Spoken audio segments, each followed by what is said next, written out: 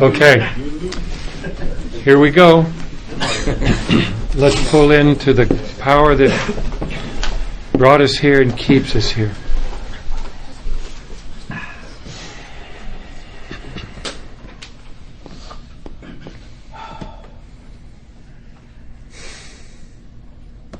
God, grant me the serenity to accept the things I cannot change, courage to change the things I can, and the wisdom to know the difference. Okay, this thought brings us to step 10, which is that we continue to take personal inventory and write any new mistakes as we go along. So I'd like to start out with a warranty, a guarantee. If you're not doing step 10, or you're not doing step 10 on a regular basis, I will make you a guarantee that if you start doing the 10th step on a regular basis, it'll absolutely revolutionize your life. How's that for a guarantee? It's a good guarantee. Let's take a look at the Tai Chi of this step. I say that stuff, and I had somebody come up after a meeting and say, now, how do I do the Tai Chi of this stuff? So I'll stop being all whatever, and let's talk about the actual movements of this apart. So what happens many times is we work so hard in our program to get through our first 9 steps that we're like ready to take a vacation. You know, thank God I got that done. Okay, I'm on cruise control. Not so much. Because in their wisdom, the people who put this program together know that you don't leave an alcoholic alone. We've got things we need to do to stay in touch with the power that we've been given. Let's read the 9th step promises before we get into it. At the bottom of 83. If we are painstaking about this phase of our development, meaning our 9th step, amends, we will be amazed before we are halfway through. We are going to know a new freedom and a new happiness. We will not regret the past nor wish to shut the door on it. We will comprehend the word serenity, and we will know peace. No matter how far down the scale we have gone, we will see how our experience can benefit others. That feeling of uselessness and self-pity will disappear. We will lose interest in selfish things and gain interest in our fellows. A hell of a lot of promises going on here. Self-seeking will slip away. Our whole attitude and outlook upon life will change. This is worth fighting for. Fear of people and of economic insecurity will leave us. We will intuitively know how to handle situations which used to baffle us. We will suddenly realize that God is doing for us what we could not do for ourselves. That's a pretty good deal. It's worth fighting for, and it's true. Are these extravagant promises? We think not. They are being fulfilled among us, sometimes quickly, sometimes slowly. Watch this. I was told by this guy, and I thought it was very interesting, early on in my sobriety, that if anything, the big book is understatement. Understatement. They're just kind of telling us this thing in a murmur. But when they say they will always, then they're raising the temperature a little bit here, emphasizing it. They will always materialize if we work for them. This isn't somebody else's program. This isn't for somebody else. It's for you and me.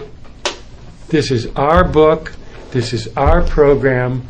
This is not somebody who put together Group X and he's been at it for 50 years. That's not who this is for. This is for us. And the highest title we can get in the Fellowship of Alcoholics Anonymous is member. That's it. All in all, we're just another brick in the wall. It's true, right? There's no senior this and junior that, just so we know. This thought brings us to step 10, which suggests we continue to take personal inventory and continue to set right any new mistakes as we go along. We vigorously commenced this way of living as we cleaned up the past. We have entered the world of the Spirit. Our next function is to grow in understanding and effectiveness. This is not an overnight matter. It should continue for our lifetime. Now, what do we do with step 10? Here's the directions. Continue to watch for selfishness, dishonesty, resentment, and fear. Continue to watch for does not mean we react to it when we get hit between the eyes like a 2x4 with what's going down. We're watching for. Okay? When these crop up, not if, we ask God when? At once to remove them. We discuss them with somebody when? Immediately. And make amends quickly if we've harmed anyone. Then we resolutely turn our thoughts to someone we can help. Love and tolerance of others is our code. So here's what I think our egos typically do with this. We'll go along with everything until it comes down with which sentence do you suppose? Which move? We discuss them with somebody immediately. Now we got to cut somebody else in, and we're on the self-help program here. So we're just going to work this for us, and it doesn't work. So we discuss it with somebody immediately. Well, hell, the ego says, I'd be on the phone all day long. I got a job to do.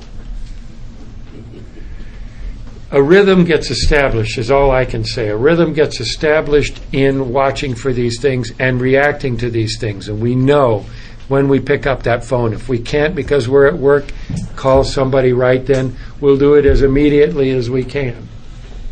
Right? But we need to talk to somebody. Now, we can talk to our sponsors. I presume that our sponsor is open to hearing this and available. But is there a circle of people that you could put together or belong to where you can call them and they understand that you're going to talk to them about what bothers you when you've watched for selfishness, dishonesty, resentment, and fear? And incidentally, it doesn't say here, you better get really serious spiritual feedback or your 10th step doesn't count. It's not like that. The fact that we are talking about this is the benefit we can get. Now, I can tell you that on the other side of that call, what we think is a broken shoelace moment in our lives, it's nothing. We don't need to 10-step this, but we do it anyway. That broken shoelace, what happens in a 10-step is we are presenting snapshots of our soul's condition. This is where I am currently. Here's a snapshot. And our sponsor may react to that and say, wow, because I've been listening to you for 8 years and I know you. If we put what you just 10-step together with what I know about you, look at the picture it creates. And you have an opportunity to get a deeper understanding of where you are. Does that make sense? So there can be really, from a sponsorship standpoint, it can be a very useful tool to help somebody because we now see what's going on. And so those are the directions. They're fairly simple on a regular basis. But there are other directions. Wait, there's more. And it goes on to say amazing things about where we are in a position of neutrality as far as drinking is concerned. It goes even this far. We've not even sworn off. Instead, the problem has been removed. That's pretty overstated. Okay. It's easy to let up on the spiritual program of action and rest on our laurels. We don't sit on them. We are headed for trouble if we do, for alcohol is a subtle foe. We are not cured of alcoholism. What we really have is a daily reprieve contingent on the maintenance of our spiritual condition. Every day is a day when we must carry the vision of God's will into all of our activities. How can I best serve thee? Thy will, not mine, be done. These are thoughts which must go with us constantly. We can exercise our willpower along this line all we wish. It is the proper use of the will. So if these are thoughts that must go with us constantly, I've made a recommendation that maybe to get into harness on this thing and get into practice. If you have a digital watch, it'll sound the hour. And you can just say, how can I best serve thee? Thy will, not mine, be done. Just to get a practice going. It's just a thought. So the unexamined life is not worth living. So here we go. I can back up all the hard work that I've just done in the first 9 steps by not continuing to take personal inventory and making amends and clearing up these things as we go along. It's hard to do this because again and again, we count alcoholism out of our picture of ourselves. We think we can just step up and go do this thing. Or as my sponsor Cookie once told me, Mickey, you think you can think anything you want. It's not true. Watch out. So we have to be careful. And we have to, if we practice this thing, you will not believe what happens.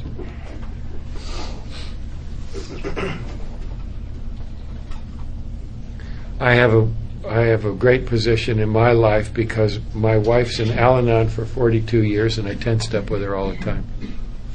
And she 10 steps with me. It does not have to be our sponsor. But as we were talking with Jessica, where's Jessica? There you go. We want to be able to have that language together. We want to be able to talk to each other in terms of the path that we are both walking. So Marie understands the path I'm on, and I understand the path she's on. Now, if it concerns her, I talk to my sponsor. I don't have the right to get well at anybody else's expense. Then if we need to talk about something, we can talk about it. All right, so it's laid out pretty well. That's the deal. You're up. I can just absolutely second and speak to the fact that what Mickey says about exercising the 10-step on a regular and a consistent basis will revolutionize your life, right? I've experienced that firsthand. And I think it may be relevant and partially entertaining to maybe just review what a 10-step looked like to me at one point in time. Because it wasn't always like this. The book gives very clear directions on how to conduct this. From an execution standpoint, right? Like, it tells me exactly what I need to do. Somewhere in the mix, though, I made my own rules. And what I would do is I had a few people that I would call and essentially just unload in their ear for as long as they'd listen, and then hang up and be like, thanks for listening. You know, there was no mention of resentment, selfishness, dishonesty, fear. There was none of that. I was basically looking to get someone to sign off on what it was that I was bringing to the table, right? And I remember when there were times when people would actually try to offer me feedback, and I would just hang out. Nope, no thanks. No, this is not a truth session here. I'm just calling to say this. I'm doing my part. I'm going to go back to being mad now, basically, is what that looked like. I mean, that's the truth. And something clicked with me once because we do that to each other. I had another person. There was a man. He was a great friend of mine. He still is to some extent. Things have changed, though. Things have changed quite a bit. And there are a few things as terrifying and as shocking as drifting away from what was once an AA family. It's kind of not necessarily tied to the 10-step, but it just reminded me of that. Like, as we grow and continue to change and develop and pursue God, doesn't necessarily mean everybody we started on the path with is going to be at the same place on the path. Mm. And it's a really tough place to be in. Some people disappear. Some people just don't want to go there. Whatever the case may be, but we can't, like it says in here about taking an inventory, we can't fool ourselves about values, right? I can't pretend that something is what it's not. especially if I'm paying a price tag for it. Because I'll do that a lot of the time. I want to hang on to what was once this way and never actually face the truth that it's changed, right? And it's amazing. Like the people that I was just like brothers with when I first got into Alcoholics Anonymous, almost all of them I've drifted apart from. And I don't like that, but it's the truth. And it's not because I decided I wanted to remove myself from them. It's just that was the direction that things went, right? I don't dislike them as people. I'm still friendly with them. But there's something to be said for being able to have a vulnerable, honest conversation with someone that knows you're on the same page, right? I know when someone's speaking to me from their heart, and I'm pretty sure someone else can feel it when I'm speaking to them from my heart. And to not have that, it just feels fraudulent to me, right? So I don't pretend that I want to have intimacy with individuals that I don't feel necessarily connected to. I mean, a lot of the time, where is this even coming from? Nothing to do with the 10-step, but I think it's relevant. There was a time where I would actually challenge myself to try to be more vulnerable with people, just people. And that could backfire quickly, right? Like, I don't have to be transparent and vulnerable with everyone. In fact, I recommend against it. If I've got one, two, a couple, maybe even a handful of people that I can trust, that's more than a lifetime's worth, right? Because I got into this. Has anyone ever heard of steel on steel as an exercise? So this was an excellent story. What's that? Yeah. So basically, you get into a room with a bunch of men and you're telling each other your darkest secrets, right? So I get an invitation from someone I hated more than anybody in Alcoholics Anonymous to come and do this vulnerable exercise with. And I'm like, I think that'd be good for me, you know? Put me into a place to be more vulnerable with people I don't really want to be vulnerable with. It was the worst, few months of my life. I hated every minute of it. I dreaded going. And I walked away feeling like I had been almost stripped of a piece of my soul, right? Have you ever had the experience where you share something with someone and you just feel like that wasn't the right outlet for that, right? That was not the right, they didn't need to hear that. And I almost feel incriminated now, like they took a piece of me that I don't want them to have. It's a scary feeling, actually. So back to the original piece, this man had called me, and I was running on down to work, and I'm, listening to him, whatever he had to say. And then I respond, because he was like a peer, right? Back then it was like, we got to know where we're at on the pecking order here. I wasn't sponsor-sponsee. We were peers. So I offered him feedback, and he's like, I didn't know we were having a truth session here, right? Are you my sponsor? And right then and there I realized, boy, that felt weird. Yeah. Something's wrong here, right? And that was kind of around the same time where everything started to just change in my life, and the 10-step was reintroduced to me in a way that was, I'd never exercised it before. So just the sharing of it, not from the place that the book describes, for me isn't very effective. In fact, it can actually just add fuel to the fire in a lot of instances when I'm angry or when I'm afraid, when I'm being dishonest or when I'm being selfish. So I just think it was really interesting to kind of have the experience of basically making my own rules for the 10th step and then actually seeing what the book had to say. The book does it much better. That's for sure. Yeah. You want to do it now? Yeah. I'll bounce back. Okay, thanks. So if I have a sponsor-sponsee relationship with somebody, I expect when they call me, they've called me with a 10th step. Now, they can call and say, how are you doing? But mostly it's not like that, right? Sometimes Nate and I will do that, but a lot of times it's like, I tell people, you got friends, maybe. You got family. Now you have a sponsor. And so when you call your sponsor, we can really get you spiritual benefit if you'll talk about what's going on in your life in what I hope is a safe place for you to do it. And I want to hear the 4 things. So tell me the 4 things. And what happens? That becomes a discipline. So when they call, because here's what's happening, there may be more than 1 or 2 people in your life that want to talk to you. And if you can be efficient in helping them to get spiritual benefit, you've loved them in the best way you can love them. You help them gain a foot up on the ladder. Fair enough. So I just wanted to put that out there. When I call my sponsor, and I love it when I can tell when a sponsee does not really want to do the work. I'll say, hi, how you doing? I'm fine, how are you doing? I'm not here to talk about, you called me, Jack. Talk to me. Talk to me about what's going on in your life. And it's not to dominate somebody. It's not a domination move. It's, I'm telling you, we have this opportunity. I ask people to write their fourth step, for instance, and here's why I say, please write this fourth step like this is the last spiritual move you are going to be able to make on earth before you get hit by a crosstown bus.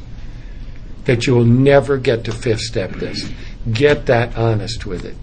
You know what I'm saying? All of these things are for us to grow in and to be well and to be healed in. So, thanks. Go ahead, please. That's great, and it's extremely relevant. And for me, a lot of the time, it doesn't necessarily have to be a half an hour production to have a 10-step with my sponsor. In fact, it can be a 5-minute conversation in a lot of instances, right? And it doesn't necessarily mean, also because what it says, right, is obviously we continue to watch for these four things. We watch for them. We make it a point. And for what I have is because I don't carry a pad of paper and a pen, every smartphone on planet Earth has a notepad in it, right? So I use that. I literally have a rolling log in my notepad that is my 10-step list. As things come up through the day, I'm keeping track of them. Because it's not always a situation where I can break away from whatever it is that I'm doing and just call and do the 10-step, especially if it's something that doesn't have I'm not on fire with, right? It's not just eating my lunch. Because there are times where things come up in my days where I can't move on. I'm literally so blocked off from what's going on. I'm so riddled with whatever, resentment, selfishness, dishonesty, and fear. All of the above, usually, if it's a barn burner like that. And I literally need to remove myself from my day and do exactly what it says. We speak with someone immediately, right? But that's not always the case, right? When we talk on Tuesday nights, I usually have a list of things that I've kept throughout the course of the week. In the nature and the spirit of efficiency and honoring everyone's time, it's the way it works best, right? But I can't fool myself because I've done that, right? I've been in a day where something comes up and I'm just like, I pull a 180. I'm, Dr. Jekyll, Mr. Hyde. I flip the switch. All of a sudden, I'm just losing my mind, and it's impossible for me to move on with my day with any kind of grace, right? I'm just too blocked off. So in that situation, I need to absolutely, right, ask God at once to remove this, discuss it immediately, and then resolutely turn my thoughts to someone I can help, right? It's so important because it's almost like a mini, it's like the meat of our program, right? It's like 4 through 9 in a hurry, right? I'm doing all of it in the course of that 10-step. And I minimize this part of the program for years. And I just cannot reiterate enough how much it's revolutionized my life and how much it's lowered my threshold for pain in my days, which for me is a good thing. If something feels sideways, if something feels a little off, right? And there are instances, too, where I'm not necessarily sure, right? Maybe I don't have the right answer to bring to the conversation when I call my sponsor. Maybe I just know I'm really mad. I'm not sure about the other ones because I'm so spun about it, and I've realized that that's okay too, right? I can call and present what I've been able to find on my own, and then hopefully bounce it around to the point that I'm able to get to the underlying truth, and that's the benefit we have from talking with someone that's objectively viewing the situation. Because I don't know about you guys, but when I'm emotionally invested in something, I'm not necessarily looking for the truth right off the bat. It's usually the last thing I'm doing, right? And I do give it my best effort because my life's on the line here, right?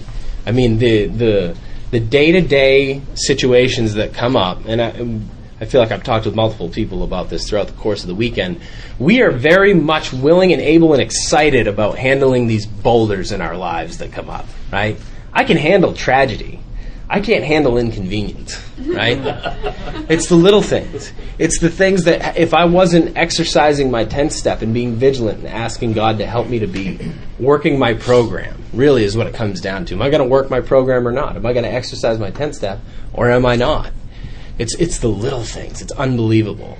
Because again, the tragedy, real easy to deal with. Someone dies, sure, I'll take care of it, right? And but it's the little things. It's the pebble at the bottom of the shoe, right? It's just kind of rubbing me the wrong way. It's something that in my past life I would say that's completely irrelevant and not even necessary. Again, I'm busting out the gauge of what is relevant and what is not as it pertains to the freedom of my soul and my connection to God. It makes no sense. I don't have the authority to do such a thing. Because more often than not, there will be times where I'll call with a 10th step that I deem, the word I used to use was petty. This is really petty. I don't even know why I'm calling about it. I'm embarrassed, actually. And I was kind of gently reminded that there is no such thing as petty. What it says here is that we watch for resentment, selfishness, dishonesty, and fear. It doesn't specify what it has to be, right? If I experience any one of those four things, it's relevant and it's available to a 10th step. Whether or not I exercise that option is on me. But a lot of the time I get into that place where this is not necessary, right? This is just, I'm a human being. This is a human reaction. None of my reactions are human, right? I have alcoholic reactions to just about everything in my life. And there's no better way for me to cause havoc than to push something back down inside me that I know for a fact needs to come out. It's like I said last night when we look, and this is not, sometimes the 10th step can actually, I find more often than not, for some reason, that it can actually be confused with a nightly review, right? When we do our nightly review, we ask the questions, we look at the second half of the 11th step. That's not what we're talking about here. We're talking about spot check throughout the day, being conscious of what I'm doing, and being willing to be just as, I want my slate to be clean. Like this 10th step, exercised the way that we're discussing, has absolutely changed my life 100%, if not more than that, actually. I stand by it. It's just unbelievable the amount of time that I pushed it aside as like an optional step. It wasn't nearly at the top. It wasn't necessary. I'd do it if things got bad enough or whatever. To where if I don't now, I literally just feel like I'm lying about something. I know I am, right? Funny story that when I first got into, I got tasked with starting to keep track of my 10 steps throughout the week, right? And my very first week that I came back after I was supposed to be keeping the list, I came back and said, it's a good week. Got nothing on the list, right? It's just a good week. I was still in impress my sponsor mode. And we had just hooked up a couple months before, so I wanted to really make sure I was making a good impression and having an empty list, right? And let me just clarify, my alcoholic mind says, once you have nothing to talk about or deal with, you've made it, right? And let me also clarify that is completely backwards, right? If my list is full, I've made it, right? That means I'm working my program. That means I'm being vigilant and keeping an eye on these things and being willing to bring them to the table. It's not the other way around. And he asked me, what were you doing just before this? I was like, I was actually helping a guy, a neighbor. He had a ladder that was 100 feet tall with no kind of rope or anything, and he was climbing to the top to dig out his gutters, and he asked me to hold the bottom of it. I'm just waiting for this guy to flip off the back of this thing, right? And even that, completely necessary of a 10 step. I was scared to death and relying on myself to literally preserve this guy's life in that moment, right? It seems like in a lot of the times, what? Dude, you're thinking that's a stretch. That's a little too much, right? But the reality for me is it was necessary. It was relevant. Because in that moment I was paralyzed with fear, right? I was relying on myself to be sure things worked out the way I wanted them to. Was there good motive involved? Sure, yeah. But it doesn't mean I still didn't experience some of that stuff on the inside. And dishonest, first and foremost. And a lot of the dishonesty isn't like cash register honesty. It's not like I'm lying to you. A lot of the dishonesty is what I'm telling myself about the situation. Or as it relates to selfishness, one of my favorite pieces of selfishness, apparently, is to avoid and just pretend like things don't exist.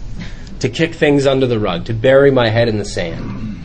That's what I do. In fact, inaction for me is just as destructive to my soul as action in a lot of instances. For me not to do, for me to avoid, because I'm scared to death, right? What if I need to have an uncomfortable conversation with someone I sponsor, right? I know for a fact that they're not doing what they're supposed to be doing, but I want them to like me, right? I don't want to ruffle their feathers. I don't want to just have that uncomfortable conversation, but I agreed to do it. And a lot of the time I need to talk about those things because I'm scared to have those conversations, right? Do I have them? Absolutely. But do I want to make sure my feet are on the ground with God first? Yes. Because a lot of the time what I find is when I come into these situations, I can't quite make sense of them in my broken mind. Because everything I seem to deal with is equal parts emotion and principle, right? There's always a principle involved in the situation that can be addressed. But if I'm emotionally charged, I'm going to ruin it. I'm not going to have that conversation in a way that's going to be effective or that will address the principle, right? So to be able to address the principle on that, it's just like we talk about in here, principles, not personalities, right? Like when we're in a group conscience setting and we're addressing thing on the basis of a principle, not you. It's not a personality thing. It's about a principle. This is what's right. This is what we agreed upon. It has nothing to do with anybody personally. This is just the principle we're operating under here. Or are we not? Because if we're not, we need to talk about that, right? Because like Mickey said, it's really hard to have a sponsor digging around in your soul, or to be sponsoring someone who you're supposed to essentially be doing some work in their soul when given the opportunity, and to have any kind of blockage, right? If there's an elephant in the room, right? There just can't be. I mean, I can't count the times that you and I have had to have honest conversations about things that I would have absolutely deemed unnecessary at different points in my life, just to keep that slate clean. I value the relationship I have with my sponsor and the men that I sponsor enough to be sure that no matter what, we are talking about the truth. Are you mad at me? Let's talk about it. Because I can tell, and you can tell, right? It's not the end of the road here, but let's get it on the table because we're moving forward. We have to be able to move forward beyond that, right? We can't just have this ace up the sleeve where there's leverage in the relationship. It just doesn't work like that for me. And it's hard, though. It's hard, and there's a lot of 10 steps involving things like that, even just with interacting with family members, doing the right thing at work, right? It's always something for me where, yeah. I'm not even going to put this on the tape. I was going to tell a story, but I don't want it on there, so, yeah. I think that's No. So there's we've talked about fellowship of the Spirit, and really what I want to talk about is that last word, Spirit, because what's happening here is we're talking in some cases mechanics here. We can get those mechanics out of the book, but what's really important is it's like my wife used to drive me crazy teaching me how to act. My wife got a degree in special education. She needed it. She married me. She would say over and over, Mickey, it's not what you say, it's how you say it. Right? So we're talking about the spirit of what we do. And I can tell you that in my observation, people who practice a regular 10-step, you want to be around them. Because this is a program of attraction. We're going to talk about meditation tomorrow, and that's further down the road with this exact same thing. But it's a spirit. If I am around somebody who does a regular 10-step, I'm attracted to them. Because they're dealing with God all the time. And it's nonverbal, and it's not like we talk about, boy, you seem to be dealing with God all the time. It's not like that. It's like the Spirit. Have you ever heard the expression that who you are is shouting so loudly I can't hear what you say? That's it. So what's interesting, and the book talks about it, is that we can win the confidence of a fellow alcoholic in a few minutes. Why? Because I have what you have, and because that Spirit of God is cooking in me, and it reaches out to another fellow human being's spirit. Well, the 10th step is really one of those things that tunes the soul. It really tunes the soul. And I'm working with someone now who's 11 years sober. I don't know how to tell this. They have really gone to 1,000 conferences, okay? It's exaggeration, but many conferences seeking for this deal. And they don't know what they're seeking. They want to come home. They want to come home to their souls and to their God. And it's amazing how much feedback I get from this person about, I love this 10th step so much because I get on the phone, I know exactly what to talk about, how to talk about it, it's economical, and what happens is that we end up bleeding our souls over somebody because we don't know what to say. You know, we're fumbling around, and it's kind of like what you said, you know, you exposed more of your soul. You were like giving away your soul. We don't have to degrade ourselves to make a 10th step. We are a person of integrity. We're a human being. We're just talking about we're having some problems on something. We don't have to make a mess out of ourselves in the process of it. There's no degrading thing in here. There's no punishing step in our program. There's no gotcha. There really is this help for people who are like, okay, I sang in a classical choir for 7 years and I couldn't read music. Marie would do the piano and electronic keyboard, and I'd memorize my part in the choir because I couldn't read those little spots. And now, interestingly, I'm not in the choir and I can read music. You get it when you get it. I make paintings and I make boots, and I'm colorblind. And I can tell you, I can't name a color. Like if you were telling me what color is fuchsia, I don't know what color fuchsia is. But I can tell you if a color is red, brown, and blue. I don't know what in the world. If you give me a colorblind test, I can't pass it. We're talking about God in here. We're talking about living higher powered. It's unbelievable the way He can carry us and work through us. One of the ways so I can cooperate is to do my 10th step. It's like we have a window in our souls, and you know how a window can look if you don't wash it. It will block the sun. So this 10th step is a way of getting in and cleaning the window. Why? Because I need to be close to the light of God. I need that. Why do I need it? I need it for the transformation that it provides. You know, why do I have brick walls in my life?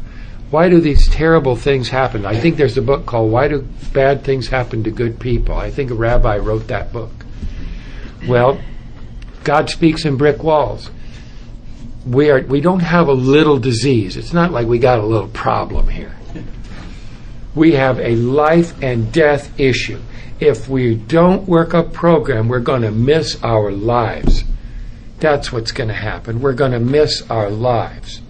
We're not going to know who we are. That's a lot to lose. I failed all of these things in my life. And I wanted to be an artist, and that's Michelangelo. That's Leonardo da Vinci. I can't be Leonardo da Vinci or Michelangelo, but I am a working artist. That's what I do 6 days a week. I got to be a working artist. So it's like we carry it in our hearts. We carry in our DNA who we are. If you want to really know who you are, if you want to find out who you are, work the program of Alcoholics Anonymous. We don't work it to be a great speaker.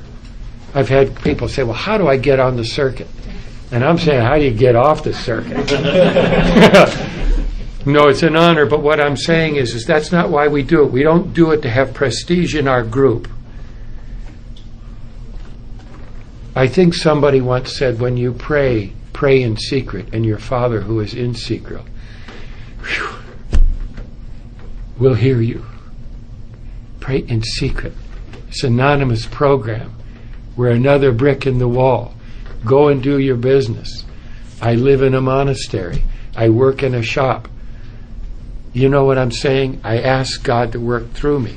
That's a little thing. It's a hidden thing. And when Nate was talking about the butterfly, that butterfly has no idea what the hell's going on. That caterpillar, I mean. No idea what's going on. And then they get pulled all apart and we say, what the hell is that? Because we're not trusting God. God works the way God works. Let's just try to put it down here for a second. God is not human. God makes humans. Is it possible that his ways are not our ways? If you ever read the book of Job, it's got hair on it. And I love the book of Job because Job has got all these catastrophes, these horrible things that happens to him. If you ever want to read it, it's phenomenal. But anyway, and finally, Job can't take it anymore, and he wants to finally react to God. And he really gets down, and he tells God what he thinks of this whole dance. And God listens to him very patiently. And then he asks Job one question. He says, Job, where does the wind come from? Job has no idea where the wind comes from. And he tells him, Job, my ways are as high above your ways as the heavens are above the earth. That's who we're dealing with. And so he's going to make moves in our lives. St. Vincent de Paul said something one time. He said, I shall pass this way but once. Let any good I can do for any person be done now, for I shall not pass this way again. There comes a time in every conference weekend when I have this moment. This moment where I'm joined with you and I don't want to leave you. We're together. You understand? We've come together in this weekend and I'm going to miss you. I just wanted to be honest with you. This is not something where you go and give it one of these numbers, blah, blah, blah, blah, blah, blah, like, you know, like Charlie Brown hears adults. Wah, wah, wah, wah, wah, and you give it that thing. We are together. We're this close to surrendering our lives to God. Go all the way. You know what I mean? And that's where the pleading comes from inside of me. We're face to face. I will pass this way but once. Let's do this thing. Am I making any sense here? There's an urgency to it because of how valuable we are. We matter. We can change the world. We do change the world. So, if we're going to work an 11-step program, who knows? Am I having a bad day, for instance, because I'm not doing my nightly review or meditating? Or am I having a bad day because I'm supposed to have a bad day? I work my program for an elimination of variables. I want to know that I'm trying to do everything I can. Then if I have a bad day, I accept it from God's hands. Does that make sense? But if I'm leaving 2 steps out of my program, I might be doing this to myself. So, and also, I think what Mickey was saying about every step that we have and every tool that we have available to us here is meant to be a constructive piece of the puzzle, not destructive. And I just say that because most of the individuals that I've met in our fellowship and of my kind, meaning alcoholic, we have a real tendency to be extremely hard on ourselves and negative about what it is that's going on. And hard on each other. And hard on each other, absolutely. So the fact that I'm coming to the table with flaws doesn't mean that I'm failing, right? In a lot of instances, when I'm exercising my 10-step and bringing these things to the table, the reason I get to look at these things I'm talking about is because I'm working my program, not because I dropped the ball and I'm not. and it stings sometimes, right? But the reality is that we can just be so hard on ourselves. And I mean, this, we're talking, this is a serious matter. It's life and death. Of course, we have to be vigilant and locked down. But we also need to keep in mind that God can show us how to be gentle with ourselves in the process. Because that's really important. We're not punching bags any more than anybody else is around us, right? We're all God's children. We all need to, at least from my experience, it's really hard to treat myself as one of God's kids. Really hard on myself. And the 10th step is not meant to be a tool to rip ourselves down. It's meant to build ourselves up, to be our best selves. So I just offer that. Thank you. And which one of us came into Alcoholics Anonymous to become a man of God or a woman of God? Big surprise. We're either going to become a man of God and a woman of God, or we're not going to suck air. It's like this thing. It's like it's a fabulous disease in that it lashes us to God. That's a pretty good deal. It lashes us to God. And then we get to be angels with dirty faces and go out and do His work. Okay, that's enough, huh? All right, and now Perfect. Back at 9 o'clock for more thrill-packed adventures in sobriety.